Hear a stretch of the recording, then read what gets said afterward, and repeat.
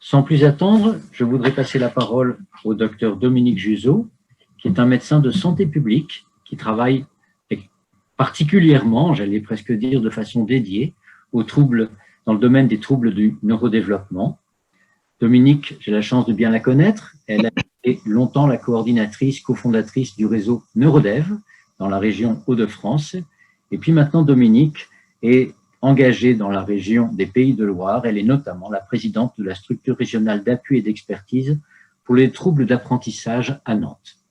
Dominique, tu vas donc nous présenter ce protocole national diagnostic et soins. Juste un petit mot avant de te laisser la parole. Pour ceux qui ne le sauraient pas, les PNDS émanent du deuxième plan national des maladies rares 2011-2014. Ce sont des référentiels de bonnes pratiques portant sur les maladies rares. Alors certes, vous nous direz, le polyhandicap n'est pas à proprement parler une maladie rare. D'ailleurs, la définition des maladies rares, si tant est qu'on puisse dire que le polyhandicap est une maladie, mais en tout cas, la définition des maladies rares est une définition d'incidence ou de prévalence, puisqu'on considère qu'une maladie est rare quand elle touche moins d'une personne sur 2000. Or, vous savez que le polyhandicap concerne environ un peu moins d'une personne sur 1000. On n'est donc pas dans le domaine de la rareté, mais certaines étiologies du polyhandicap relèvent bel et bien de maladies rares. Et donc, effectivement, sous la coordination de Madame Anne Hugon et avec une étroite coopération avec le docteur Juzeau, il y a eu pendant plusieurs années une rédaction d'un PNDS générique polyhandicap que va donc maintenant nous présenter le docteur Juzeau. À toi, Dominique. Merci Bruno, merci Marie-Christine. Et puis, je pense qu'on peut mettre le diaporama en route. Voilà, merci beaucoup. Alors, effectivement, je tenais aussi à remercier, bien entendu, tous les organisateurs de ce colloque et puis à souligner l'apport de Madame Elisabeth Zuckman qui a été vue là tout de suite, et puis de Stanislas Tomkiewicz qui ont été nos prédécesseurs et nos formateurs pendant toutes ces années et qui nous ont tout appris, j'allais dire, du polyhandicap que nous avons découvert avec eux. Vous pouvez passer la diapositive, s'il vous plaît. Voilà. Alors, pourquoi un PNDS générique? Comme l'a dit Bruno, c'est dans le volet polyhandicap de la stratégie nationale de santé qu'ont été mis en place les protocoles nationaux de diagnostic et de soins pour toutes ces maladies rares.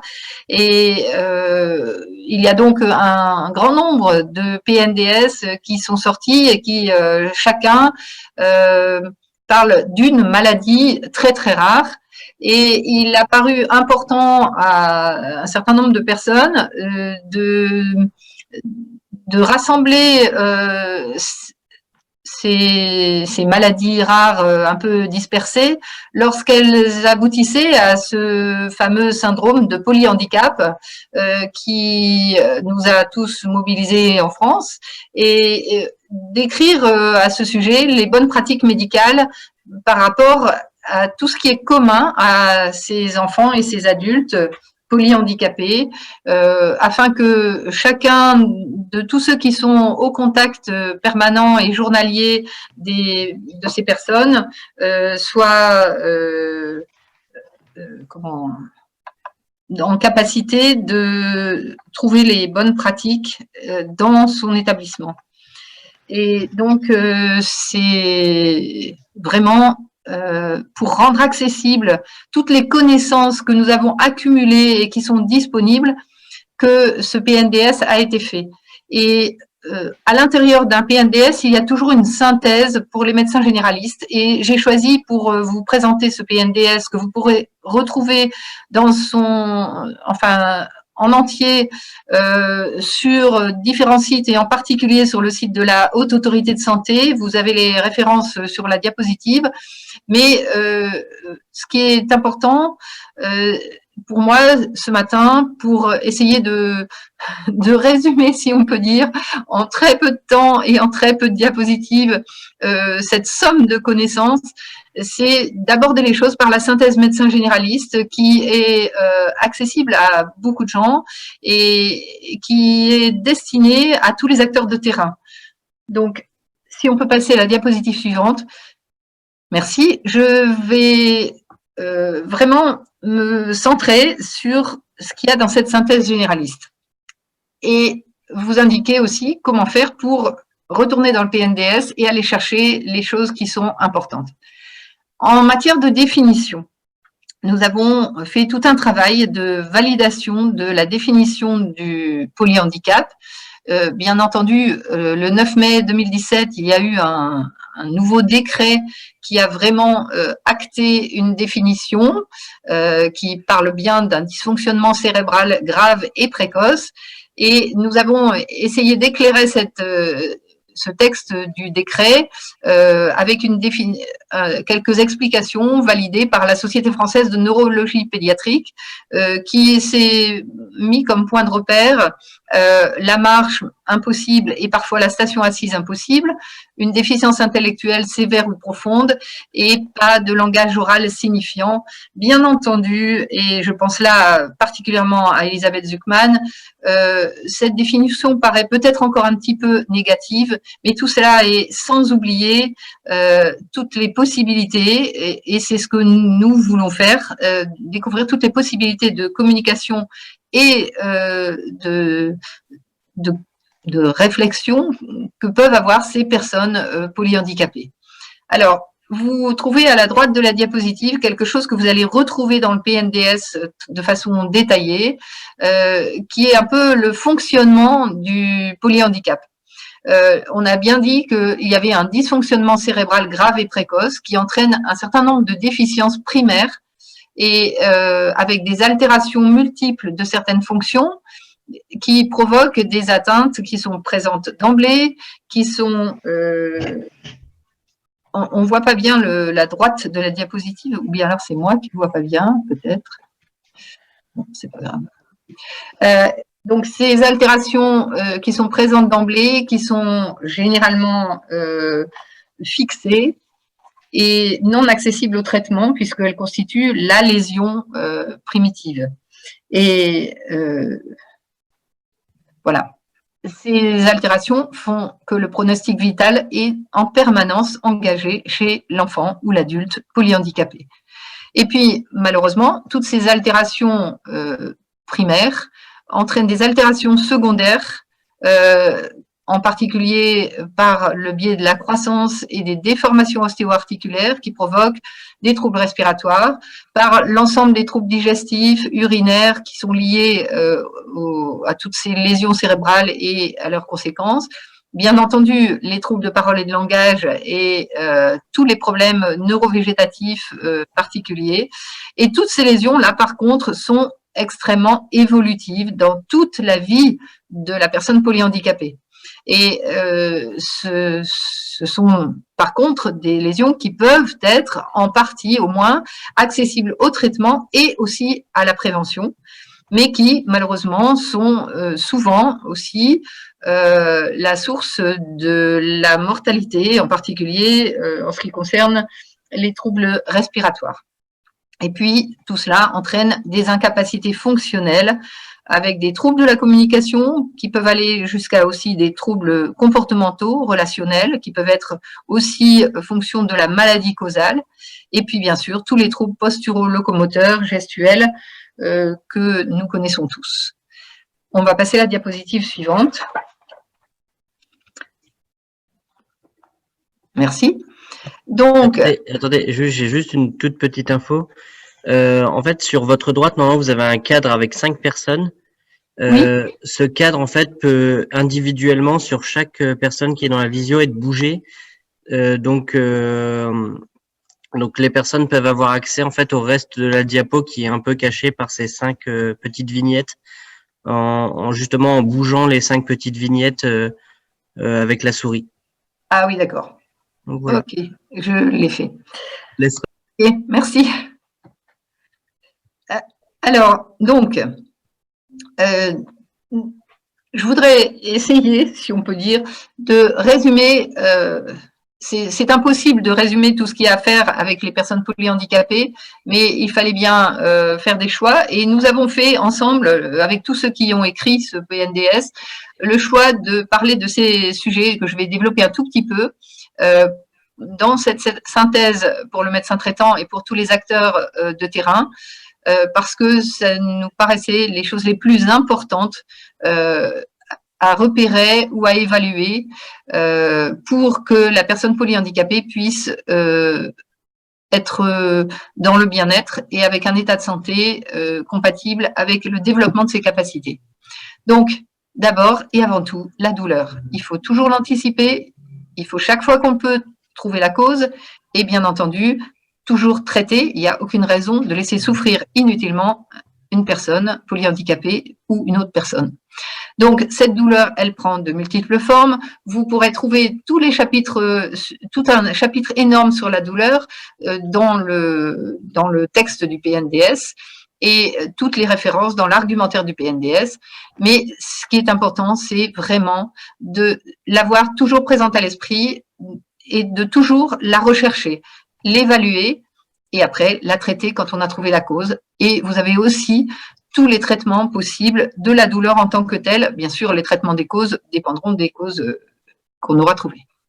Bien entendu, l'état nutritionnel, c'est la deuxième chose, puisque on va devoir développer pour chaque personne polyhandicapée une stratégie d'aide nutritionnelle, parce que ces personnes, généralement, ne vont pas pouvoir se nourrir toutes seules. Il va falloir les aider à manger. Et parfois, ces repas prennent une allure de vraiment de difficultés importantes. Les risques, c'est bien sûr toujours la fausse route et donc après la pneumopathie qui peut entraîner la mort.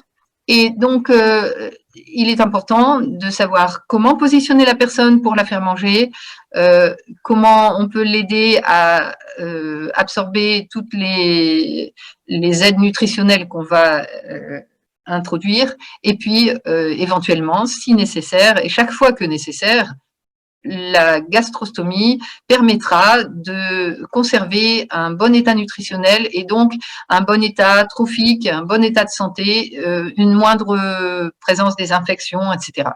Ensuite, l'épilepsie qui est présente chez la majeure partie des personnes polyhandicapées et qui est souvent très difficile à traiter, très pharmacorésistante, mais qui peut aussi s'aggraver à certains moments.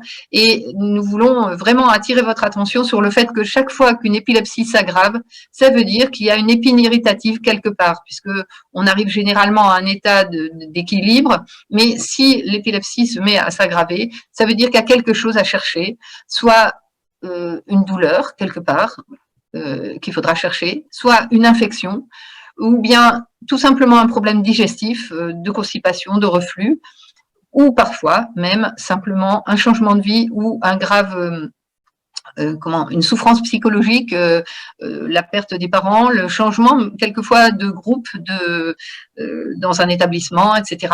Et donc cette épilepsie est toujours aussi une constante de la vie des personnes polyhandicapées la plupart du temps.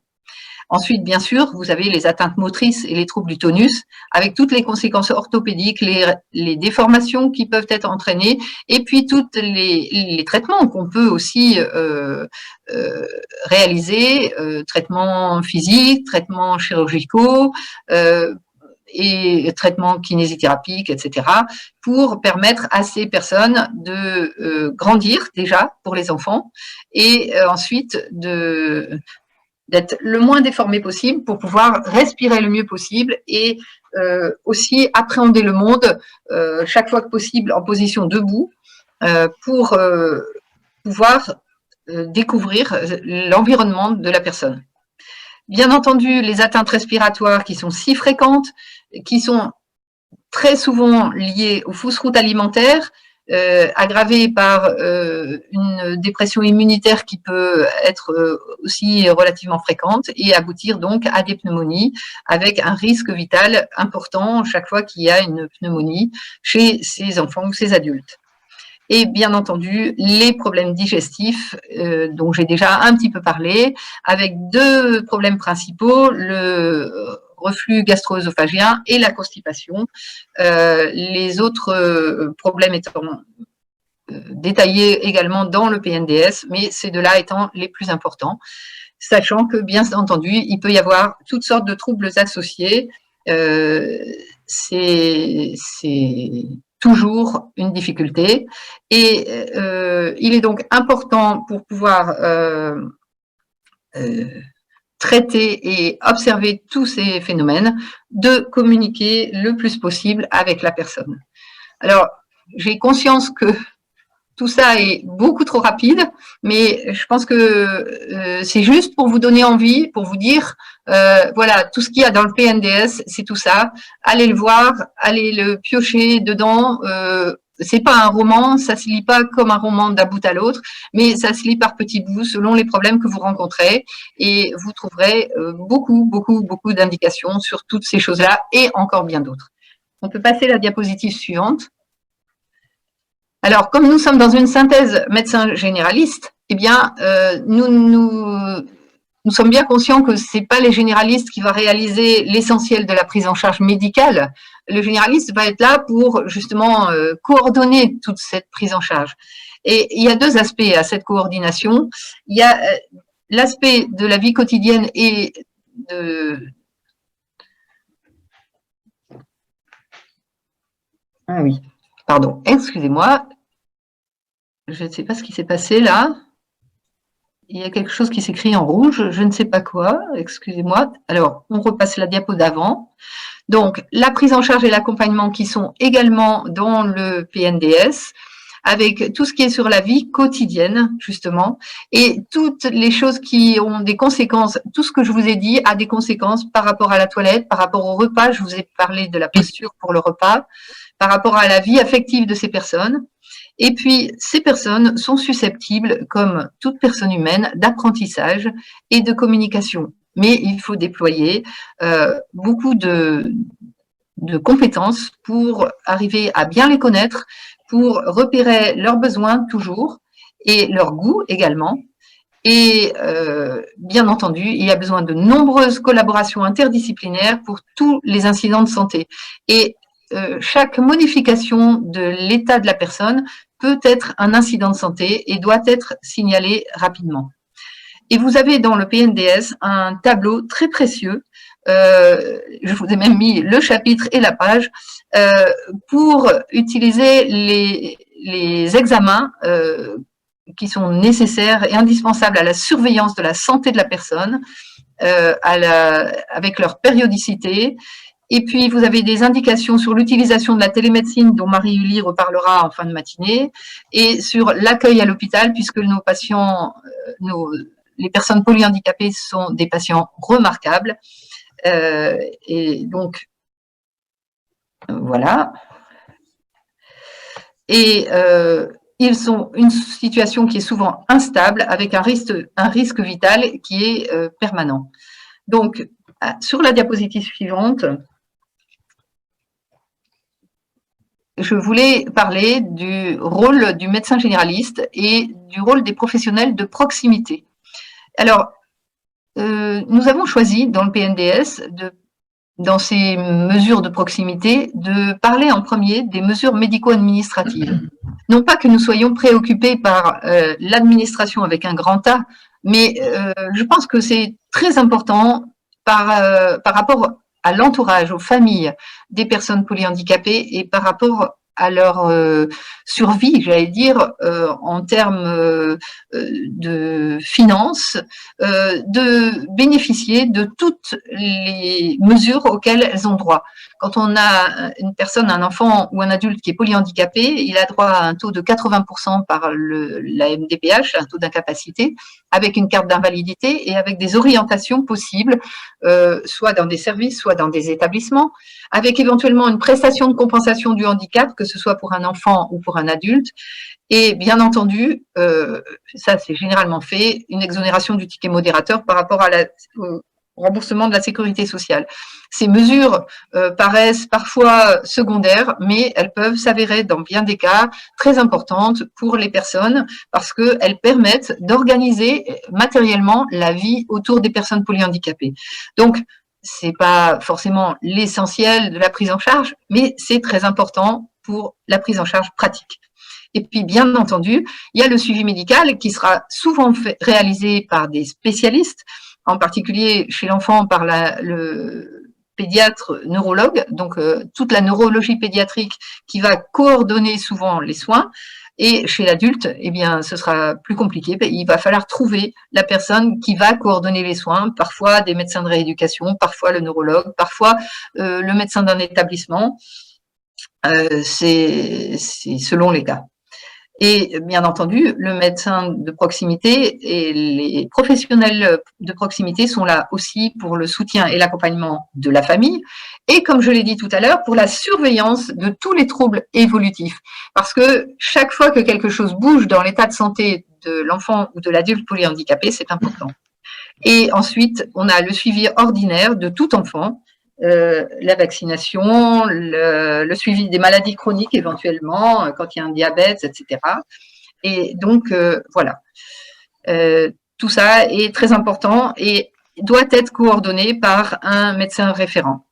On peut passer à la diapositive suivante, s'il vous plaît. Donc, je vous ai simplement rappelé les références principales que nous avons utilisées dans ce PNDS, le décret du 9 mai 2017 pour la définition, le livre magnifique et très, très, très poussé qu'ont réalisé M. Camberlin et M. le professeur Ponceau sur la personne polyhandicapée avec de multiples auteurs qui sont parmi les plus compétents de France. Et puis, le livre que nous avons réalisé dans les Hauts-de-France avec l'ensemble des acteurs de la région qui est plus destiné à des personnes qui veulent comprendre un petit peu le polyhandicap sans entrer dans la technique du polyhandicap, mais par le biais de personnes qui ont vécu avec ces personnes polyhandicapées, que ce soit des proches, des familles, des amis, des éducateurs ou des professionnels de santé qui se sont exprimés dans ce livre. Et bien entendu, nous allons aussi déborder un petit peu, je voudrais la diapositive suivante, des frontières de notre pays. Et là, je vais laisser la parole justement à Anne Hugon, dont Bruno a parlé tout à l'heure, qui va nous présenter tout ce qui peut être en cours de réalisation au niveau de l'Europe au sujet du polyhandicap. Anne, je te laisse la parole. Bonjour. Bonjour, merci de m'avoir accueilli. Alors, comme l'a dit Dominique, c'est ce PNDS qui fait plus d'une centaine de pages est vraiment une œuvre collective dont je ne suis qu'un outil. Il y a eu à peu près 80 rédacteurs multidisciplinaires et relecteurs dans les équipes. Donc, on est vraiment là sur le portage d'un ouvrage qui fait consensus. Ça a été un peu difficile au début de trouver notre équilibre d'écriture à tous, mais finalement, on a trouvé. Et quand j'étais à cette époque-là chargée de mission au sein de la filière déficience, et depuis, j'ai changé de fonction, je suis partie au niveau européen, dans le réseau européen de référence, donc Maladies rares ITACA, qui est coordonné par le professeur Alain Verlous à Robert Debré. Il nous est paru évident avec Alain que cet ouvrage devait prendre sa dimension européenne. Sachez que le réseau de référence ITACA fait suite aux filières françaises et ce réseau qui concerne les malformations congénitales, les déficiences intellectuelles et le neurodéveloppement, recouvre les deux filières françaises qui sont handies rares et déficience. Donc cet ouvrage, on s'est dit, c'est une base de travail essentielle puisque la problématique que l'on rencontre avec les personnes polyhandicapées en France est la même en Europe et vous le savez tous très bien. Donc très récemment, nous sommes en train de mettre en place, on a déjà eu notre première rencontre, un groupe de travail pour essayer d'édicter des recommandations, on ne va pas dire de bonnes pratiques, des recommandations à suivre pour la prise en charge des personnes sur le plan européen, donc des recommandations pour les caregivers, pour les cliniques, et puis aussi des publications, un point ressource qui sera tant des publications scientifiques que surtout des lay versions, c'est-à-dire des publications lisibles pour tout le monde. Donc voilà, on est sur cet angle d'approche. Donc le PNDS, grâce à la filière déficience, a été traduit dernièrement en anglais.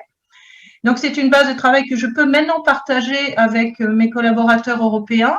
Actuellement, le COPIL se compose de 10 personnes, de 5 nationalités différentes. Actuellement, nous avons la Hollande, l'Italie, la France, la Roumanie et la Pologne. Le leader coordonnateur de ce groupe de travail est le docteur Sylvia Huisman, qui est un ID physician de l'Amsterdam UMC. Et nous avons bien évidemment quelque chose qui me tient très à cœur, la représentation des associations de patients. Tout comme dans les filières, les réseaux européens de référence qui sont dans la même construction ont des associations de représentants. Chez nous, ça s'appelle des IPAG et c'est porté par la grosse fédération Eurordis. J'ai dernièrement invité Madame Tesna Dumoncel à nous rejoindre. Nous avons actuellement deux représentants. Nous avons le Chair of the Board of the Patient Council de Ricadan, qui est de Roumanie, qui a une très grosse expertise justement dans le polyhandicap et les maladies rares. Donc, notre angle d'approche de ce travail, c'est le polyhandicap ou ses versions. Là, il y a un problème linguistique qui va être une de nos premières difficultés. C'est de quoi parle-t-on exactement? C'est quelque chose que nous sommes en train vraiment de travailler. Après, ce que nous voudrions mettre en place, c'est couvrir. On ne peut pas prendre de 0 à 80 ans, on n'a pas la possibilité. On va démarrer d'abord par les enfants. On va essayer de couvrir la transition et on va essayer d'aller à l'âge adulte, du jeune adulte notamment, pour couvrir cet âge de vie. On fera ça sur un modèle plus, on va dire, web. On va utiliser un système par des arbres. Voilà, donc ça, c'est plus moderne. Donc voilà, ce qu'on veut, c'est promouvoir. Alors, donc, ce que j'ai vu sur la stratégie nationale de santé pour le polyhandicap, il y a cette harmonisation des travaux au niveau européen. Il y a questionner nos pratiques. Que pensent nos voisins? Les valeurs ne sont pas identiques, les prises en charge ne sont pas les mêmes. C'est aussi proposer surtout de l'échange et de la formation de professionnels pour qu'ils puissent être en mesure de prendre de manière équitable ces personnes malades. C'est trouver un vocabulaire où on se retrouve et non un consensus. Je pense que j'ai essayé d'être très très rapide parce que on pourrait y passer une véritable réunion de travail et nous en reparlerons ultérieurement avec le GPF. Je vous remercie de la parole que vous m'avez donnée. Voilà, merci beaucoup et merci pour eux, bien sûr, pour tous nos interlocuteurs d'aujourd'hui accompagnent au quotidien. Voilà, si vous avez des questions, je suis à votre disposition. Merci beaucoup Dominique, merci beaucoup Anne pour la présentation de cet outil remarquable qui est donc ce protocole national diagnostic et soins génériques polyhandicap qui effectivement, si peut-être les travaux européens vont traiter, comme vous l'avez dit Anne, d'abord les premiers âges de la vie, mais quand même la transition et le jeune adulte, le texte français, lui, résolument prend soin, si je puis dire, des personnes polyhandicapées à tous les âges de la vie. C'est donc vraiment un outil très utile qui a été donc coordonné par Anne Hugon et Dominique Juzeau et chapeauté par le professeur Thierry Billette de Villemeur. Je vais donc maintenant passer la parole, si vous le voulez bien, à Jean-Claude Rioux. Vous avez sans doute vu passer un petit chat, enfin un petit message dans le chat de Jean-Claude qui disait que pendant les interventions, vous pouvez, s'il vous plaît, ne pas hésiter à poser vos questions par écrit. Jean-Claude a la gentillesse de les relever et peut-être d'en faire une synthèse. Nous avons une vingtaine de minutes pour une discussion. Jean-Claude, je te passe la parole, s'il te plaît. Merci Bruno, merci Dr Juzeau et Madame Hugon de cette présentation très appréciée. Alors, très peu de questions. Moi, j'aurais peut-être une petite question, Dr Juzeau. On a autour de la table là beaucoup de familles, donc bien évidemment les centres de référence seront destinataires du PNDS. On peut imaginer que les consultations spécialisées vont s'en saisir. Comment peut-on faire et comment peut-on s'assurer que ce très bel ouvrage arrive au plus près des familles, au plus près des résidents, bien sûr. Je pense particulièrement aux établissements médico-sociaux. Est-ce que les familles peuvent s'en saisir? D'un point de vue pratico-pratique, comment, où, et comment peuvent-elles tout simplement le transmettre à leur médecin de famille? Peuvent-elles le transmettre au kiné de l'établissement? Il nous semble important que ce document arrive au plus près des personnes concernées. Alors, je vous remercie pour cette question parce que c'est vrai que c'est vraiment quelque chose de très, très important. Il est absolument indispensable que ça arrive au plus près des personnes. Et l'intérêt aussi de cette question, c'est que vous allez avoir tout à l'heure l'intervention de Christiane Jambard qui a managé la réalisation de cette fameuse recommandation HAS. Et pour la première fois, je crois, dans l'histoire du handicap, nous avons réussi à faire travailler ensemble les deux groupes, ou du moins en collaboration, en coopération. Et donc, dans le PNDS, vous trouverez des références à la recommandation, et dans la recommandation, vous trouverez des références au PNDS, ce qui est déjà quelque chose de bien intéressant, puisque habituellement, les PNDS étaient plus accessibles à des médecins et les recommandations HAS plus accessibles à des personnels de terrain et en particulier dans les établissements médico-sociaux qui étaient les principaux interlocuteurs de l'ancienne ANEMS qui s'est transformée en HAS versant médico-social. Mais donc, déjà, cette double entrée permettra, je pense, un accès plus facile aux documents. Et puis, je pense que les associations attendaient ces deux documents et souhaitent vraiment les faire arriver jusqu'au fond du terrain, et je pense qu'elles vont aussi faire tout un travail. Et j'ose espérer que un certain nombre de formateurs sur le polyhandicap pourront aussi utiliser le PNDS et la recommandation HAS comme outil de référence de leur formation. Et je pense que nous avons tous travaillé dans les deux groupes avec ça en ligne de mire, parce que c'est comme ça que nous arriverons au plus près des personnes. C'est par le fait que tout va diffuser à la fois par la base et par le haut, et que tous ces documents sont quasiment immédiatement accessibles par Internet, et que comme nous sommes complètement accros d'Internet maintenant, par nécessité, eh bien, je pense que tout le monde commence à avoir l'habitude d'aller chercher des documents sur Internet. Je pense que, voilà, j'ai essayé de répondre à votre question, Monsieur Rio. Merci, docteur Juzo, pour cette réponse.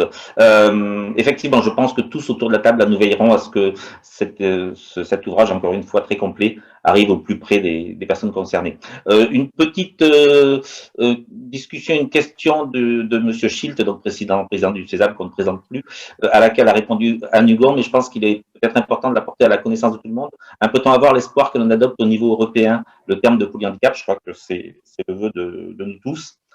Donc, je ne sais pas, Madame Anne Hugon, si vous souhaitez. Oui, c'est vraiment… Alors, nous avons pris parti pour le protocole de soins français issu du plan maladie rare. Nous avons pris le parti de garder la terminologie polyhandicap. Il y en a d'autres, mais qui sont différentes. Et je me rends compte, en ayant discuté avec des collègues européens, que vraiment, les visions sont très diverses. Donc, on est en discussion là-dessus. Je sais que c'est un point très fort que porte le professeur Nadia Baye-Buisson, que porte Marie-Ulie, qui nous parlera tout à l'heure. Il y a une mise au point à faire, Marie-Christine Rousseau aussi. Donc là, il y a toute une discussion qui va se mettre en place.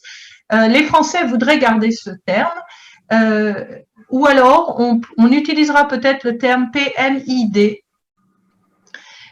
qui est l'autre terme anglais, enfin anglicisé, parce que le mot handicap ne fonctionne pas dans la langue anglo-saxonne, quoique les Anglais vont s'en aller. Donc, voilà, il y a plein de… Voilà, il faut qu'on trouve là aussi le terme le plus adapté où chaque pays, parce que c'est vraiment la notion d'un réseau européen, où chaque pays va pouvoir se retrouver. Merci beaucoup, Anne. C'est même un paradoxe de souligner que le terme handicap ne fonctionne pas dans la langue anglo-saxonne, alors qu'étymologiquement, il vient bien de cette expression handicap, qui effectivement, qui était au départ destiné à égaliser les chances et qui a ensuite évolué sur le mode d'une charge un peu particulière que la vie parfois nous fait porter. Alors, oui, pardon. Jean-Claude, je te repasse la parole. Merci Bruno, on m'entend? Oui. Oui. Alors, une question un peu à la marge, mais qui mérite tout notre intérêt du docteur Belaïdi, qui nous interroge au sujet de l'acceptation des différents appareillages. On parle bien sûr de l'appareillage orthopédique, mais de la gastrostomie, de ce genre de contraintes qui sont effectivement des contraintes pour les familles. Peut-être, Faouzia, peux-tu préciser un peu ta question, si Bruno Paulès veut bien vous donner la parole? Mais il me semble que c'est une question extrêmement importante Et je pense que quand on lit progressivement le PNDS et quand on lit la recommandation HAS, eh bien, on trouve une réponse dans le fait que la personne polyhandicapée, enfant ou adulte, et son entourage proche, sa famille en particulier, doivent être en permanence associés à la fois à toutes les démarches de soins, à toutes les évolutions de la personne et informés de façon complète. On a même le GPF d'ailleurs qui a travaillé de façon importante sur l'éducation thérapeutique et la promotion de la santé. Il y a beaucoup de documents sur la promotion de la santé chez les personnes polyhandicapées et je crois que en lisant ces recommandations diverses et variées, on pourra aider les parents à comprendre pourquoi on propose telle ou telle opération, telle ou telle toxine, tel ou tel médicament, et ou jusqu'à l'acceptation de la gastrostomie, évidemment, parce que c'est l'alliance thérapeutique qui va permettre de réaliser cela. Et nous, médecins, parfois, nous sommes très impatients parce que nous voulons tout de suite aller au but. On voit qu'il faut une gastrostomie, allez hop, on n'a plus qu'une idée en tête, c'est la gastrostomie. Et je crois que le temps d'appropriation d'une famille doit se respecter et en même temps doit être accompagné. Et notre devoir de soignant, c'est justement d'accompagner ces familles dans ce cheminement vers tout ça. Jean-Claude. Je voudrais juste reprendre une... C'est quoi ce bruit? Je voudrais juste reprendre un instant ma casquette de parent pour souligner la pertinence de ce que vient de dire le docteur Dominique Juzot, parce que vous n'avez pas pire situation pour un enfant que de voir un conflit entre le parent et le soignant. Comme vous savez, les personnes polyhandicapées perçoivent beaucoup de choses. Et je crois que si vous voulez faire accepter quelque chose à un enfant, la première des démarches est de mettre, si je puis me permettre, le parent dans sa poche. Parce que là, on arrivera effectivement à quelque chose, alors que s'il y a un conflit, c'est vrai pour les médecins, c'est vrai pour les personnes qui accompagnent dans les établissements, on a absolument besoin que l'enfant, voire même l'adulte, sente qu'il y a une cohésion dans son accompagnement et que tout le monde est d'accord. Ça facilite considérablement les choses. Et c'est aussi l'intérêt du PNDS et de la recommandation HAS d'avoir inclus les associations dans le travail. Et je me souviens à quel point les parents étaient présents, en particulier dans le groupe HAS, mais présents aussi dans la pensée de tous ceux qui ont travaillé sur le PNDS. Et je pense que c'est vraiment ça fait partie peut-être des grandes victoires qui ont été obtenues ces 20 dernières années. Alors, je continue. Oui. Donc, une question, je suis bien heureux de ne pas avoir à y répondre, mais je vous la soumets, docteur Juzot, qui interroge un petit peu, on va dire, la définition même du polyhandicap et son contour. Je vous la soumets. Comment cela se passe-t-il quand la personne en situation de polyhandicap accède à des compétences qui ne sont normalement pas associées à un profil de polyhandicap?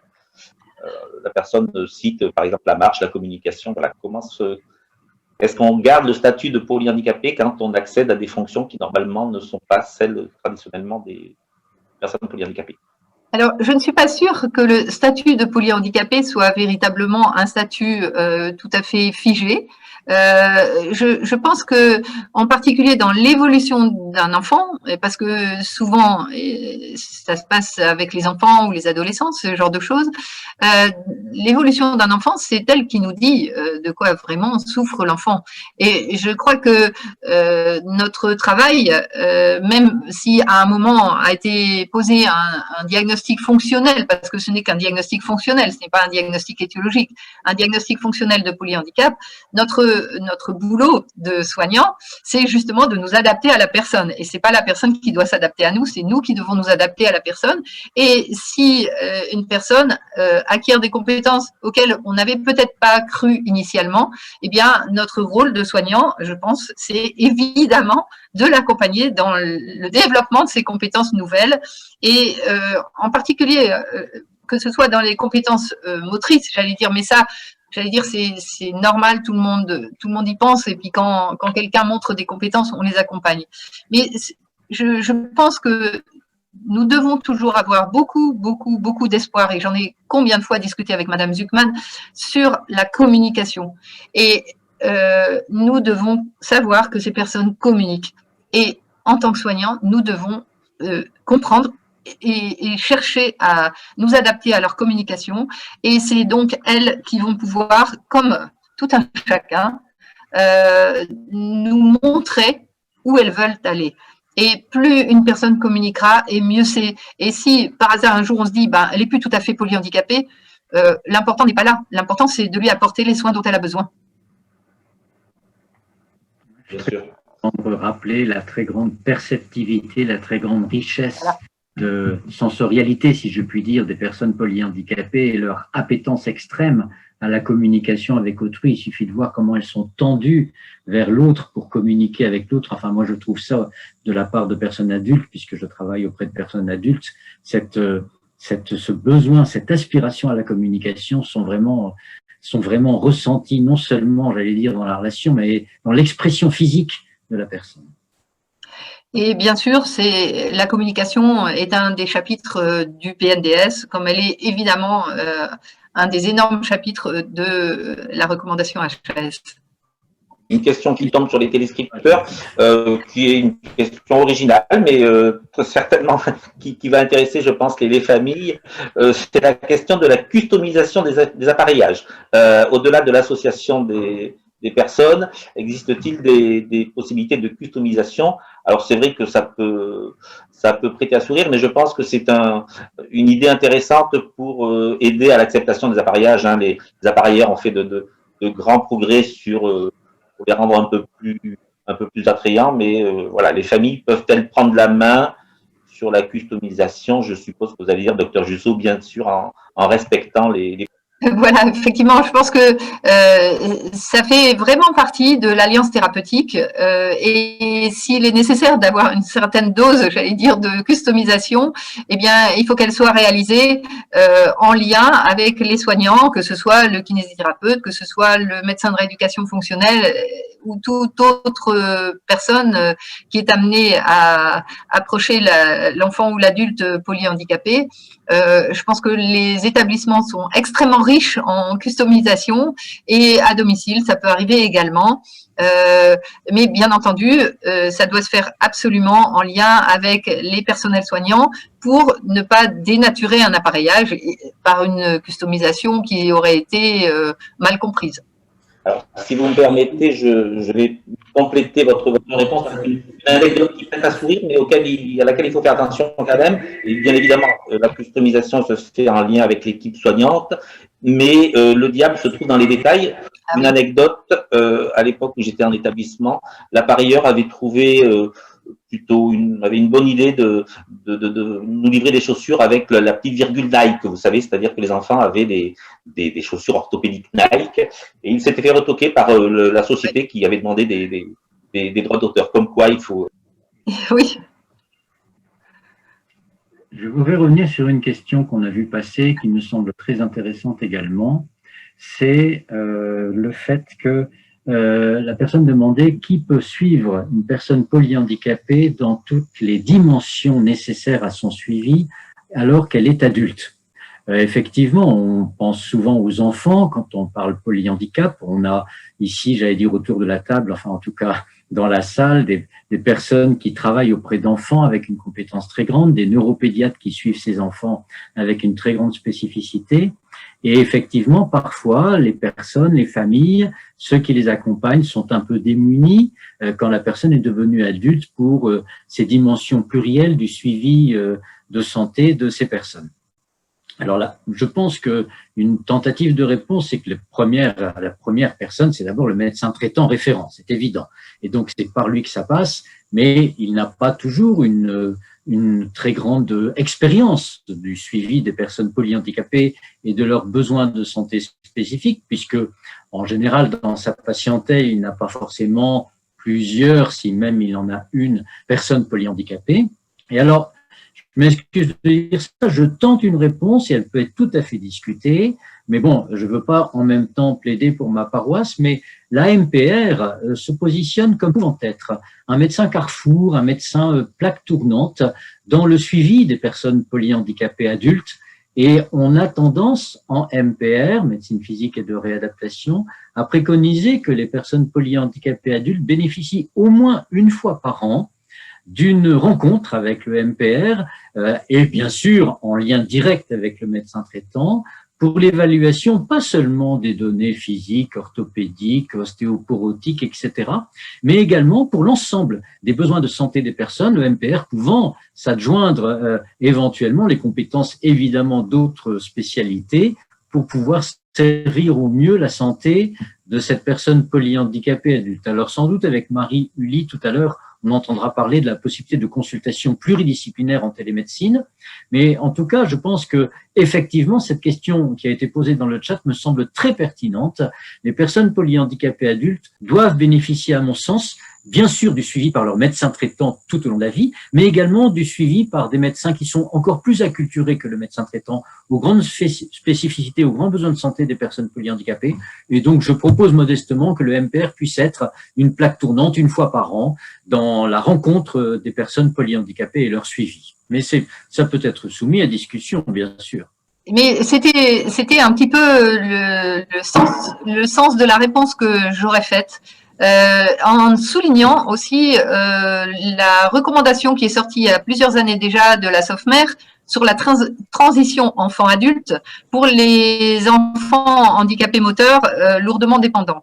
Et je pense qu'il y a des similitudes entre les enfants handicapés moteurs lourdement dépendants et les personnes polyhandicapées, et qu'il y a plein de choses très très intéressantes dans cette recommandation de la SOFMER à tirer. Sur la transition enfant-adulte. Et je crois que là encore, nous avons une question d'alliance thérapeutique et que peut-être une des personnes dans le domaine de l'adulte qui a un regard relativement ouvert sur la personne, c'est justement le médecin de rééducation fonctionnelle et qui, s'il est un bon médecin, et je pense qu'il y en a beaucoup dans les médecins de rééducation fonctionnelle qui s'occupent de personnes polyhandicapées de façon suivie, eh bien, ils vont eux-mêmes faire appel à leurs confrères ou consoeurs pour les domaines dans lesquels ils ne sont pas spécialisés, comme par exemple l'épilepsie ou d'autres choses, parce qu'ils savent à quel point c'est important aussi pour la personne qui est en face d'eux. Mais donc, bien entendu, la pluridisciplinarité doit être la règle, mais il est bon, je pense aussi pour les familles, d'avoir un référent. Et j'avais participé autrefois, il y a plusieurs années, à une enquête qui s'appelait l'enquête trajectoire dans les CDES, et on a vu dans cette enquête à quel point c'était très, très, très important pour les familles, pour les parents, d'avoir une personne référente, qui n'était pas du tout toujours la personne attendue, j'allais dire, qui était assez fréquemment un médecin. Et pour les enfants, relativement souvent le neuropédiatre, parce que lui, il a une vision très large, mais bien entendu aussi pour des adultes, le médecin de rééducation fonctionnelle, voire d'autres. Mais l'essentiel est d'avoir une personne qui est capable de savoir qu'elle ne peut pas tout faire et qu'elle doit faire appel à d'autres pour le suivi de la personne polyhandicapée adulte. Je voulais juste poser une question à Madame Hugon à propos de ce travail européen. Je voulais savoir s'il n'y avait qu'un problème de terminologie qu'on connaît tous entre PIMD, polyhandicap, etc. Mais est-ce qu'il n'y a pas aussi un problème d'harmonisation de la typologie des personnes? Parce que moi, mon expérience me montre qu'à l'étranger, quand on nous présente des personnes polyhandicapées, pas toujours tout à fait les mêmes. Non, justement, c'est pas juste une affaire de linguistique, Madame Goutin, c'est aussi de quoi parle-t-on. C'est pour ça que c'est ce que j'ai dit plus largement. C'est de qui parle-t-on, de quoi parle-t-on. Et oui, il va falloir définir un cadre plus net. Et j'espère que nous arriverons à définir ce cadre. Je me suis bien rendu compte en discutant avec les uns et les autres que chez les Hollandais, il y avait aussi des signes de l'autisme. En Italie, on parlait de behavior. En Roumanie, on avait une autre vision. Donc, oui, on va devoir en parler certainement et je compte beaucoup sur les experts dont je ne suis pas pour m'appuyer dessus. Juste pour compléter, j'ai un peu visité des pays européens et on m'a présenté, par exemple, en Roumanie, des enfants polyhandicapés qui apprenaient à lire. Donc, ça m'a perturbé un petit peu quand même. Oui, oui, je suis d'accord. Oui. L'harmonisation, voilà. Oui. Déjà en France, l'harmonisation n'est pas toujours très très claire, mais elle est encore plus complexe sur une échelle plus large. Donc, nous allons essayer de faire quelque chose qui est quand même pilote et premier, tout comme ce protocole de soins qui est issu. Je réponds à une des questions que j'ai vu passer.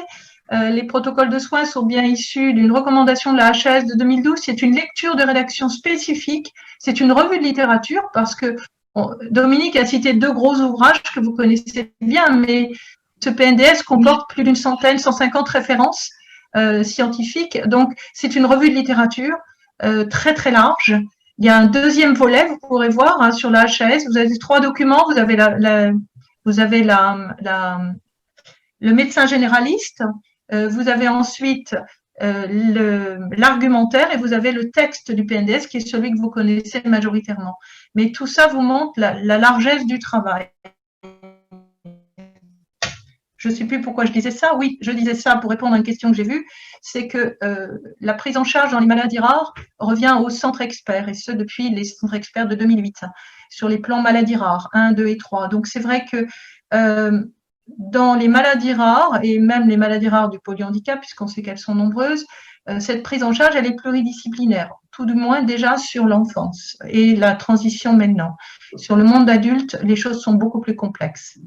Mais c'est dans ce cadre-là, et c'est pour ça que les plans maladies rares produisent des protocoles de soins, c'est qu'on a déjà l'habitude de traiter un enfant de A à Z dans des centres experts où on va mettre toutes les compétences associées. Donc, je suis papa de 2 filles polyhandicapées, donc Alice, qui a 40 ans maintenant, en particulier. Donc, je voulais témoigner sur ce qui s'était passé. Donc, elle avait 16 ans à l'époque. Et donc, elle arrêtait pas de pleurer, elle était pas bien. Et donc, on s'est retourné, en fait, on est allé voir le médecin qu'on connaissait le mieux et qui était un peu notre coordinateur. C'était donc le professeur François Leroy, médecin, chef du service de rééducation fonctionnelle au CHU de Caen. Et donc, il est d'ailleurs, membre honoraire de notre association Andira Repoli.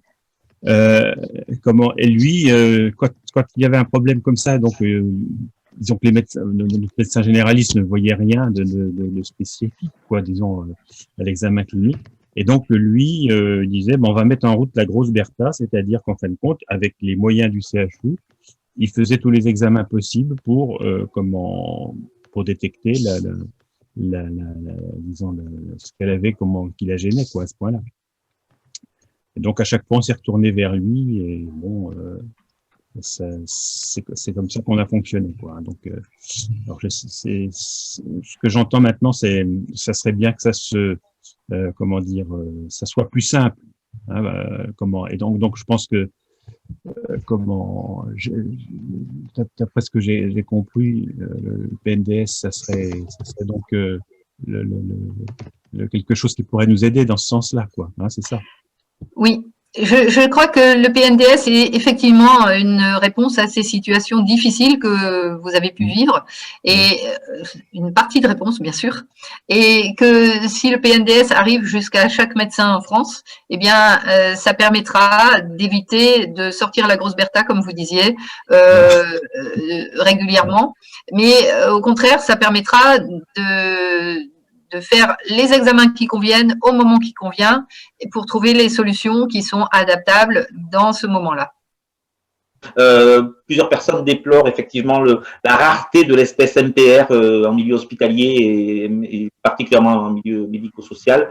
Je crois savoir que la fac reforme des MPR, mais certainement vas-tu le confirmer. Peux-tu en dire un petit mot et puis j'aurai une autre question ensuite.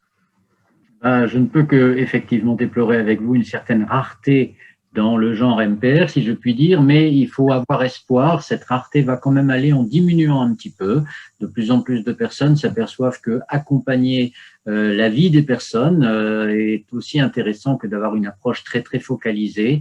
Et des filières parallèles de formation des médecins MPR ont permis quand même de voir arriver de nouvelles personnes s'intéressant à la MPR. Donc j'espère que cette rareté va s'amenuiser un peu. Je voudrais dire juste un petit mot à ce sujet parce que j'ai vu passer une question très intéressante sur la notion d'équipe mobile. Je crois que c'est Madame Marceau qui l'a fait. N'oublions pas aussi que toutes les personnes ne sont pas accompagnées par le secteur médico-social. Il y a des personnes polyhandicapées adultes qui vivent à la maison, en milieu familial, et donc il faut aussi que ces personnes, éventuellement le souhaitent, puissent accéder à une approche pluridisciplinaire, acculturée à leurs spécificités. Et donc, effectivement, il y a des équipes mobiles qui se développent un peu maintenant, un peu partout en France, on pourra en reparler, pour rendre visite à des personnes polyhandicapées dans leur milieu familial et ainsi essayer de écouter les besoins, évaluer les besoins de santé de la personne polyhandicapée visitée. Dans certaines régions, ça s'appelle dispositif d'accompagnement et de soins en milieu ordinaire, DASMO. Le volet national polyhandicap a permis quelques créations d'équipes mobiles de ce genre. Voilà. Jean-Claude, je crois qu'on va peut-être passer à l'intervention suivante, si tu le veux bien. Bien, eh bien, on répondra en direct à Monsieur De Vaucel sur sa question qui était pertinente, mais alors, vas-y. Allez, Monsieur De Vaucel demandait effectivement quelle était la place dans le PNDS, quelle était la place réservée au parcours de soins justement de la personne polyhandicapée à l'hôpital. Est-ce qu'il y avait quelque chose de prévu à ce sujet? Alors oui, il y a une partie dans le 4e chapitre du PNDS ou le 3e sur le parcours de soins à l'hôpital, sur l'arrivée en urgence et sur les liens à entretenir. Et je pense que Marie-Julie reviendra là-dessus aussi parce que la télémédecine n'est jamais très loin de ce parcours de la personne polyhandicapée et donc certainement elle en reparlera à ce moment-là. Je suis désolée, je devrais vous quitter parce que c'est pour moi une journée de travail ailleurs normalement. Donc j'ai fait une petite incursion. J'espère que je pourrai revenir vous dire un petit bonjour, mais voilà, je vais devoir vous laisser. Merci beaucoup Dominique, merci beaucoup Anne. C'était effectivement une première partie de matinée passionnante. On sait maintenant qu'il y a un nouvel outil, ce PNDS. N'hésitons pas, il est disponible sur le net. N'hésitons pas à en enrichir nos pratiques.